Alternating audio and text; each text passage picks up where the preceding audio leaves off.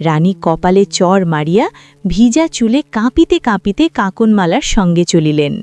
তারপর রাজপুরীতে গিয়া কাকনমালা রাজপুরী মাথায় করিল, মন্ত্রীকে বলে, আমি নাইয়া আসিতেছি, হাতি ঘোড়া সাজাও নাই কেন? পাত্রকে বলে, আমি নাইয়া আসিব, দোল চৌদোলা পাঠাও নাই কেন? মন্ত্রীর পাত্রের গরদান গেল। সকলে চমকিল, এ আবার কি? ভয়ে কেহ কিছু বলিতে পারিল না। যাই হোক, কাকনমালা রানী হইয়া বসিল, কাঞ্চনমালা দাসী হইয়া রইলেন। রাজা কিছুই জানিতে পারিলেন না।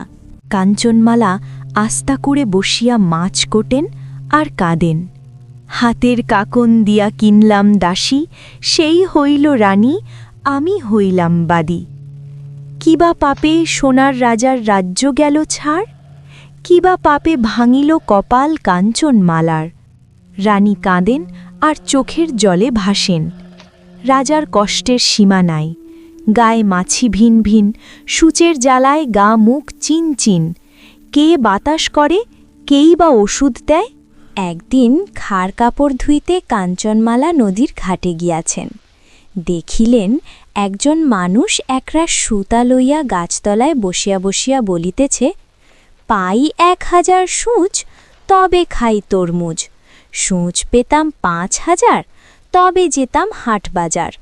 যদি পাই লাখ, তবে দেই রাজ্যপাট। রানী শুনিয়া আস্তে আস্তে গিয়া বলিলেন, কে হে বাছা, সূচ চাও? আমি তোমায় দিতে পারি। তা সূচ কি তুমি তুলিতে পারিবে? শুনিয়া মানুষটা চুপচাপ সুতার পুটুলি তুলিয়া রানীর সঙ্গে চলিল। পথে যাইতে যাইতে কাঞ্চনমালা মানুষটির কাছে তার দুঃখের কথা সব বলিলেন। রাজপুরীতে গিয়া মানুষ রানীকে বলিল, রানীমা রানীমা, আজ পিঠকুডুলির ব্রত, রাজ্যে পিঠা বিলাইতে হয়।